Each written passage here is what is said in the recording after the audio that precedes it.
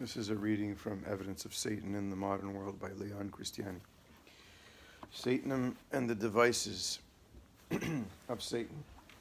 To define is, strictly speaking, to limit. The word Satanism, which has so often been used or implied in this present book, can have many meanings. One may, in fact, take Satan in his aspect as master and prince of this world. It is the description used 3 times by Christ. We have just been considering this aspect and asking to what extent Satan is present in our modern world. We find that this varies according to the country, race, civilization, or political structure. The word Satanism may also mean the imitation of Satan through sin. Gregor the Great said, as you will remember, that all those who sinned, so long as they were under the influence of this sin, were members of the mystical body of Satan. We are not allowed to know the number of those who are in a state of grace, that is to say, removed, hic et nunc, from the power of Satan. But we are entitled to believe that their number is much greater than might be supposed, particularly if one agrees that sinners are often only men who have slipped or taken a false step without wishing to remain in Satan's power. Finally, Satanism may mean a deliberate cult of Satan, not an occasional sin quickly repented and atoned for, but a formal and deliberate adherence. 2 forms of Satanism. In the latter sense, we can distinguish immediately between 2 rather different forms of Satanism. There is the Satanism of those who do not believe in Satan any more than in God, and who cannot be properly said to be making a cult of Satanism, although their lives are in strict conformity with his principles and purposes. It is to this form of Satanism that we can most appropriately apply that well-known phrase, Satan's deepest wile is to make us believe that he does not exist. On the subject, Papini quotes the words of the philosopher Alain in 1921. The devil has suffered the same fate as all other apparitions. Even the war, as far as I can see, has not revived the devil and his horns. But this form of Satanism need not detain us long. It is purely negative. It can be found, incidentally, among well-intentioned Christians, without any suspicion that they are in conflict with orthodox opinion and the testimony of the Gospels. What we have to study is, above all, Satanism in its active forms. We use the plural deliberately, for it would seem that throughout the ages, and even down to our own times, there have been at least 2 very distinct forms of Satanism: Satanism as religion and Satanism as magic. Satanism as religion. As soon as one considers this question, one is not a little astonished to find that the history of this particular Satanism is interwoven with the history of religion. This very important conclusion requires some explanation. The study of the history of religion has reached a very advanced level. In general, Satan does not figure in it to any great extent. Demons are relegated to a relatively restricted role. The historian of religion is trained to describe religious beliefs objectively and to enumerate the gods and their attributes. He explains the rites by which the various gods were saved. It is not his concern to put forward judgments of their value. He is not a metaphysician. He is not a metaphysician, and certainly not a Christian theologian. Yet, some appeal to the latter aspect seems almost inevitable. Since we are speaking of Satan and his presence in the world, we must not ourselves adopt a Christian standpoint. The only standpoint from which Satan can be assigned his true place in the general framework. We must therefore consider what is said on the subject of pagan religions by the Gospels, the Fathers of the Church, and by Christian theology. We cannot stress too often the fact that in the Gospels, Satan is given the incredible title of Prince of this world, yet the title must be justified, since Christ himself accords it. Yet such a title could not be given to Satan if the pagan deities were not purely and simply devils. The Fathers of the Church were unanimously agreed that this was so. The pagan oracles of Delphi and Dodona and others that were less celebrated were demonic oracles and manifestations. Christian theology has naturally adopted this point of view.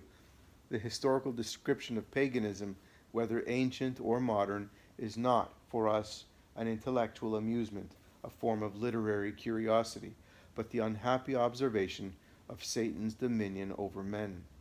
The process by which Satan and his devils were able to get control of the prayers and adoration of human beings seems to have been imperceptible. There was a sort of unconscious transition, attributable to a certain primitive realism. All historians of religion are in fact agreed that all religions postulate the existence of a supreme and sovereign deity, all powerful and all good. But such a God, they say, is usually relegated to the background, worship being reserved for a host of inferior divinities, both good and bad, whose subordination to the sovereign deity is admitted, but who are considered to be closer to man, more involved in human destinies, and therefore more suitable as subjects of invocation or manipulation. Moreover, in many pagan theologies, it is the malevolent forces that are in most urgent need of conciliation. This primitive realism, this manner of dealing with the most urgent matters first, seems to have been at the root of all pagan mythologies and all pagan rites, and their subsequent blending into practical syncretisms such as the pantheon of Agrippa. What is undeniable is that to the Jews, and still more to the Christians, all pagan deities could be none other than devils. Hence, the heroic struggle put up by the Jews, particularly under the Maccabees, and by the Christians throughout the most bloodthirsty persecutions. Hence, the religious horror experienced by Christians when confronted with what they called idols, that is, the empty simulacra of the demonic pagan cults. From our point of view, it is therefore clear that the history of religion, apart from the sole true religion, that of the patriarchs, of Moses, and finally of Christianity, is nothing but the history of Satanism. It is only in this sense that one can understand the term prince of this world, used by Christ, of Satan. When one compares the exiguous cult of the true God, first of Yahweh, then of the incarnate Word, with the vast domains of the false gods, one is indeed compelled to admit that if Christ is the one true King, he had every cause to say, "My kingdom is not of this world." We can also understand the manifold exorcisms which were and still are combined with the ceremonies of Christian baptism in order to drive out the devil. These exorcisms are to be found in many places in the Catholic liturgy.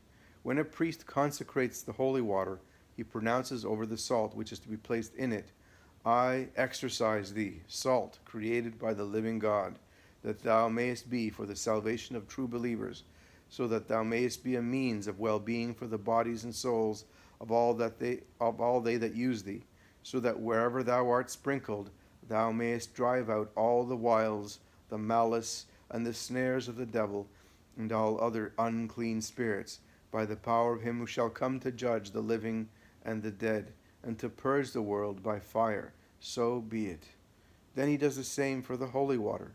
"I exorcise thee, created water, in the name of God, our Father Almighty, so that thou mayest be purified water to cast out the power of the enemy, so that thou mayest rout out and cast forth the enemy himself and his fallen angels by the grace of this same Jesus Christ our Lord."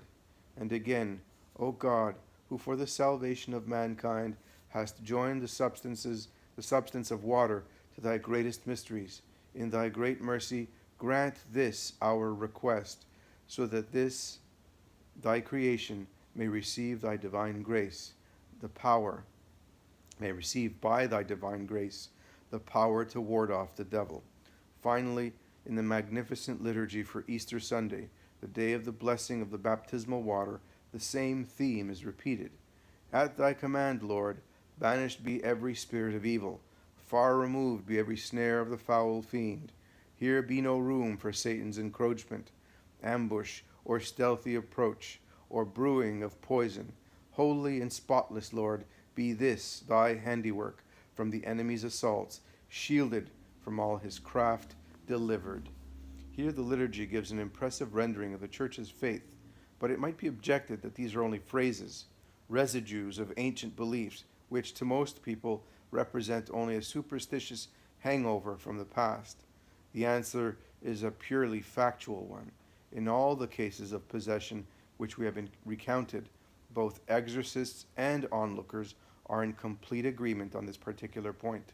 It is impossible to sprinkle holy water on any man or woman in a state of possession without deadly effect on the possessing spirit.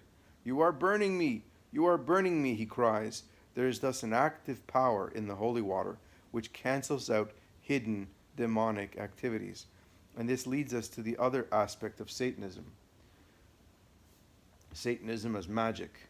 It is currently admitted that there has always been a magical form of Satanism, running parallel to Satanism as a religion. Many specialists in the history of religions and cults have, in fact, maintained that the magical form preceded the religions, of which it was the primary form, and that all pagan religions are derived from magic.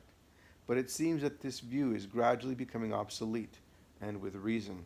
It is highly improbable that humanity started with the practice of magic and then proceeded to derive from it religion in the true sense of the word. It is important to distinguish carefully between magic and religion. In religion, man reveres a superior power, offers it his adoration and prayers, recognizing his own weakness and impotence. He admits his subordinate position. Among primitive peoples as we know them today, that is to say, among those who have evolved more slowly than others and are therefore closer to their origins, as for instance the Pygmies, this attitude to deity still survives. Religion is even in a purer state than amongst more advanced communities. In magic, man attributes to himself a mysterious power. Far from bowing down to any divinity, he believes that he can command it. He invents and employs formulae by which he believes he can control the superior powers to which they are directed. The mentality of the magician, or of his twin brother in modern dress, the sorcerer, is very different from that of the religious man. The way in which this mentality developed is still a mystery to us. Magic is, in our view, infinitely more satanic than idolatry. In idolatry there is a core of truth. Man is mistaken in the object to be venerated, but not in the necessity for subordination and supplication. Worship is not directed towards the true God, but there is no mistake in the belief that it must be addressed somewhere. In magic, there is a kind of sacrilege, a truly diabolic pride of power. The magician gives orders. He knows the gods will have their turn and will make him pay dearly for their temporary submission, but he is proud of his power over them, proud of securing their obedience, if only for a day, and, until the situation is reversed, of enjoying a power which provides him with immediate advantages and inspires fear in his fellow men. Magic is no doubt partly due to the same crude realism that produced idolatry.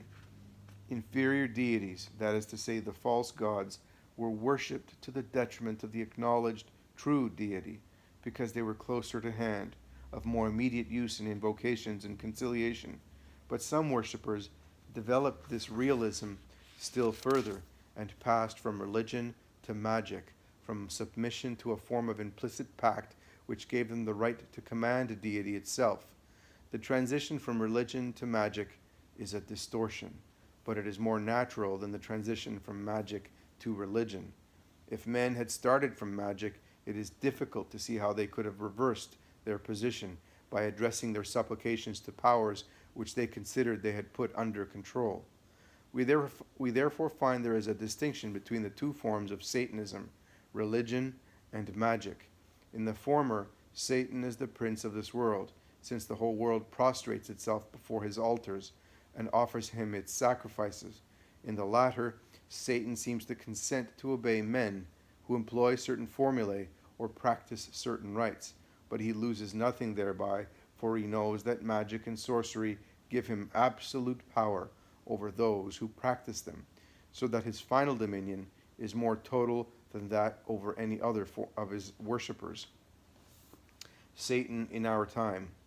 It is understandable that one cannot give a complete answer to the question as to how much of these two forms of Satanism persists into our own times. Satanism as religion, as we define it, is in the process of disappearing very rapidly. The altars of the false gods shrink and dwindle. This does not imply that the extent of Satan's dominion has in any way diminished, since we have seen it extending to cover vast empires, but the tactics have been modified and adapted to the general evolution of society, where he is not complete master in spite of his immense power. Marxist atheism is the most recent form of Satanism. It is satanic in that it denies the existence of God or devil or soul and only recognizes the existence of matter and of our temporal life, thereby crippling humanity to be divorcing men from their immortality. Satan is indifferent to the love of men or of devils. He is hatred itself. His triumph lies in increasing the sphere of hatred. In our present age, the most generalized and efficacious stream of hatred is derived from atheistic Marxism. Hatred between classes, hatred between races, between peoples, hatred everywhere, thinly cloaked by a purely materialist concern for the proletariat. Such is Marxism. In this way, Satanism as religion is more widespread, more active, and maleficent than it has ever been in the past. Its lies are more global. Its lies are more global. Its negations more radical. Its directives more homicidal than anything known to past experience. That Marxism is truly a religion, most people are agreed in the sense that it mobilizes in its followers all those feelings of enthusiasm, devotion, and sacrifice which are customarily considered to be expressions of a deep religious faith. This religion, however, cannot be described as anything but satanic, since it is radically and bitterly opposed to the idea of faith in God. Satanism as religion does, of course, still persists in the form of idolatry amongst peoples living at a level of primitive animism, a state which leaves them peculiarly susceptible, even without any previous indoctrination, to an imminent invasion by atheistic Marxism. Satanism proper. Apart from Satanism as religion, whether in the form of Marxism or of primitive animism, there is a subtle, morbid form of Satanism, much less widespread and infinitely more difficult to detect, and that is the conscious and deliberate worship of Lucifer. We cannot claim to have any exact idea of its present extent. All we can say is that it consists of sacrilegious rites, conscious blasphemies, abominable forms of worship such as the Black Mass, ceremonies in honor of Lucifer, which are systematic, calculated profanations of holy things, aping the homage paid to God by true Christians. A brief review of this form of Satanism is contained in a note in Latin published by the Études Carmélitaines, page 639. We cannot dwell at length, says this note, on all present-day Satanists or pseudo-Satanists. On the 2nd of December 1947, the English press announced the death of Aleister Crowley, described by a judge as notoriously the most perverted person in England. Questioned once as to his identity, Crowley had replied, "Before Hitler was, I am," a studied mockery of the biblical text. Before leaving this world, the septuagenarian wizard cursed his doctor, who quite rightly had refused him morphine because he was distributing it to young people. "Since I am to die without morphine, you will die soon after I do." And this happened. The Daily Express of 2nd April 1948 reported that the funeral of the black magician had given rise to protests from Brighton Municipal Court. Councillor J.C. Sherratt stated that according to reports he had received, his funeral was celebrated with the full ritual of black magic. His disciples had recited infernal incantations, the hymn to Pan, composed by Crowley himself, Carducci's hymn to Satan, and the collects of the Gnostic Mass, composed by Crowley for his satanic temple in London. Similarly, on the 30th of March 1948, the English press published the obituaries of the famous investigator into physical phenomena, Harry Price, an expert in demonology. In a report published for the University of London, Mr. Price declared that in every part of London, hundreds of men and women of good education and social standing were worshipping the devil. in various forms of established cult: black magic, sorcery, the invocation of Satan. These three forms of medieval superstition were being practiced every day in London on a scale and with a freedom unknown in the Middle Ages. Price was the founder and life secretary of the Society for Psychical Research, a society established under the auspices of the University of London. A. Frank Duquesne has quoted a curious modern instance of this cult: the report of a scientific expedition to Peru, written by Professor Paul Kosok of Long Island and published in the Yearbook of the American Museum of Natural History. The explorers discovered, in a vast sandy desert, a double series of designs, some representing the signs of the zodiac, others showing birds, plants, and, in particular, many-headed serpents. In the center of the serpent pattern, there was a deep pit containing the skeletons of men and animals that had obviously been sacrificed. It is believed that the site has been in continuous use for 2,000 years. If we have quoted this note in full, it is chiefly for the first two paragraphs disclosing the existence of flourishing Satanist groups in London, formed around certain well-known Satanists. But from all accounts, this only gives a very meager survey of the present-day cult of Satan Lucifer, as it exists not only in London, but probably in all the great cities of the world. We are, in fact, informed that there are at present more than 10,000 men and women addicted to a regular practice of Satanism in Paris alone. But it lies in the nature of such practices to shun the light of day and to assume an ever more occult character, which renders computation uncertain. The Satanists of whom we have spoken are not merely the leaders of cults, but also practicing sorcerers and magicians, which leads us to a brief account of the modern practice of witchcraft. Present-day magic. Apart from the great Luciferians and those whom we may suspect of clandestine activities in the heart of our great modern cities, there is a countless but unascertainable number of country wizards or sorcerers, perhaps far more than one might suppose. Their bedside books are the secrets of Albertus Magnus, the secrets of Albertus Minor, and Red Dragon. The first two occult works owe their circulation, oddly enough, to the reputation of the saintly doctor Albertus Magnus, who was believed to have mastered all the secrets of nature. It was another of the devil's unscrupulous wiles to use the reputation of a venerable saint as cover for his diabolic formulae. But more than one modern wizard makes use of pious images in his lucrative trade of duping the masses. It is noteworthy that when we were discussing recent exorcisms, we found several cases of possession due to the use of incantations.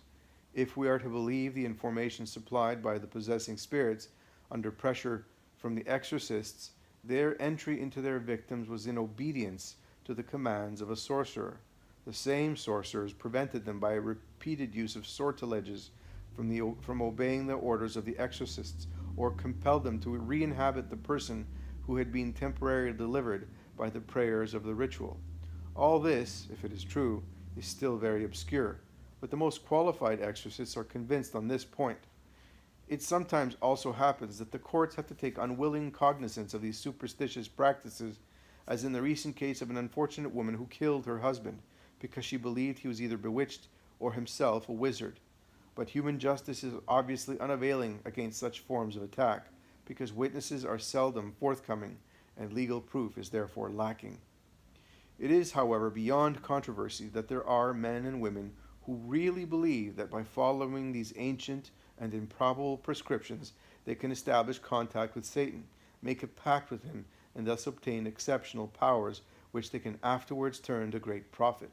Sorcery and witchcraft are part of what one might call the shadow side of human life. As St. John said, there are always shadows accompanying the light. Witchcraft inhabits these shadows. It is furtive, avoiding human gaze, being well aware that it inspires in the average human being a shudder of repugnance, but it is proud of its pretended knowledge and particularly of what it considers it can do. The devices of Satan. In addition to Satanism as religion or as magic, there are also what one might call the devices of Satan. In a famous and fiery speech made by St. Peter Chrysologus to his diocesans of Ravenna, we find the words, "He that has played with the devil will not reign with Christ." He was speaking to professed Christians, but even they were sometimes tempted by the devices of the devil, which in this case were the immoral spectacles of the circus. In our day, as in the 5th century, a Christian should know that he cannot sup with the devil without risking his future share in the kingdom. But the devices of the devil are hardly the same as in the days of St. Peter Chrysologus, or if they are, they have taken on a new guise. We have already mentioned the cinema, and that is enough. Neither need we enlarge on the current tremendous abuse of the novel, the favorite reading of so many of our contemporaries, whose success seems in direct proportion to the unsavory nature of its contents. No Christian can be in any doubt that the modern successful novel, with its morbid and perverted realism, is more often than not satanic. It is only too appropriate to remember the prophetic words of St. Paul to his disciple Timothy. The time will surely come when men will grow tired of sound doctrine, always itching to hear something fresh, and so they will provide themselves with a continuous succession of new teachers as the whim takes them, turning a deaf ear to the truth, bestowing their attention on fables instead. 2 Timothy chapter 4, verses 3 and 4. Ad fabulas convertentur. The Latin word for stories or romances is just that, fabulae, fables. How many of our contemporaries take their whole philosophy, their whole outlook on life solely from the novels they read, which are too often designed simply to titillate their senses and their imagination. Other devices. We have already described the views held by the Curé d'Ars on the subject of spiritualism. Much more recently, to be precise, on the 26th of November 1955, Father Berger asked the possessed woman the following questions. 1. Is spiritualism a science or just hocus pocus? Are you behind it all? The answer was a gesture, as the possessing spirit indicated that it was himself. 2. Table rapping. Do you make them move? Answer, yes, but I'm not alone. There have to be people around the table. We're all together. 3. The spiritualists have messages signed by Marcus Aurelius. Who signs himself Marcus Aurelius? Is it you or one of your kind? I insisted on an answer, said Father Berger. He did nor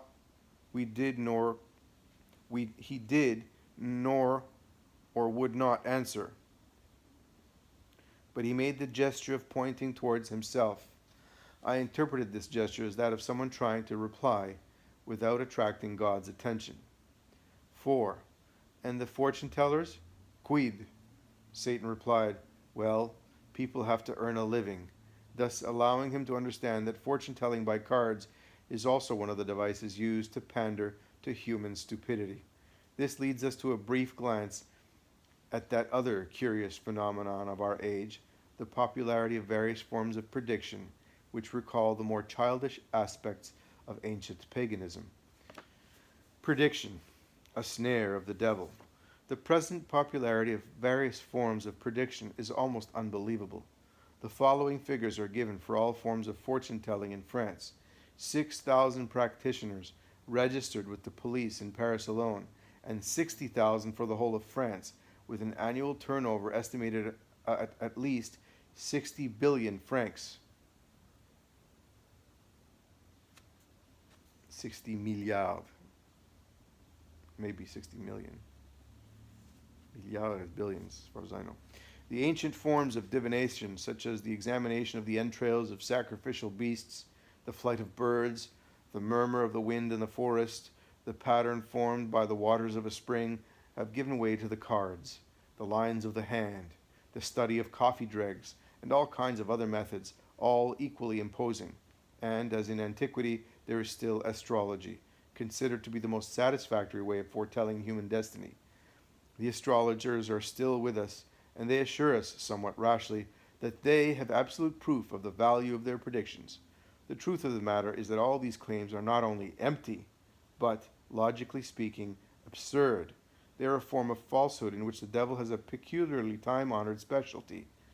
To the astrologers, who may be considered the most distinguished of all soothsayers, we would quote the words of Gilles de Vaucouleurs, a celebrated astronomer, in his book Astronomy, published in 1948.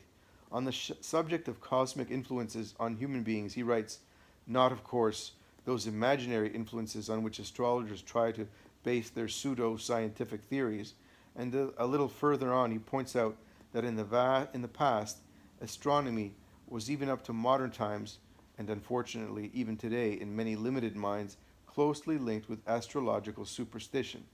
This very clearly expresses the contempt felt by modern astronomers for astrological prediction, even though dignified by the famous Nostradamus, who has retained so many fanatical supporters right up to our own time. If astrology is thus discredited, what are we to make of the still more unreliable auguries of human destiny, such as the fortuitous juxtaposition of cards, or the more or less bizarre patterns of the tea leaves? What makes the falsehood self-evident to the believer is the certainty that God alone knows the future. How does he know it? How can that which has not yet occurred be an object of knowledge to God, since human freedom is at stake? How is this divine prescience compatible with human freedom? Everyone knows that this constitutes one of the most formidable problems of general metaphysics. There seems to be only one conceivable answer. Our world is not the only possible world. There is an infinity of possible worlds, each different from the other, but this possibility is solely due to the fact that they have existed from all eternity in the mind of God. And in this mind, that is to say, in the divine Logos, these worlds exist ideally, behaving according to their natural laws, which include the free play of certain created freedoms. When God decrees that such and such a world shall come into existence, that is to say, shall be created by him in preference to other worlds, the conditions in this particular world are by no means changed. Otherwise, it would no longer be the world desired and envisaged by God. Thus, a free act will remain free, yet God will have seen it, and does see it, at the moment it occurs.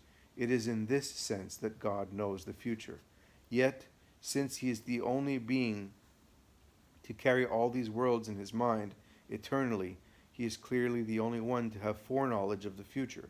To try to foretell the future, except in certain cases of divinely inspired prophecy, is therefore necessarily satanic, in the sense that it is an encroachment on the divine.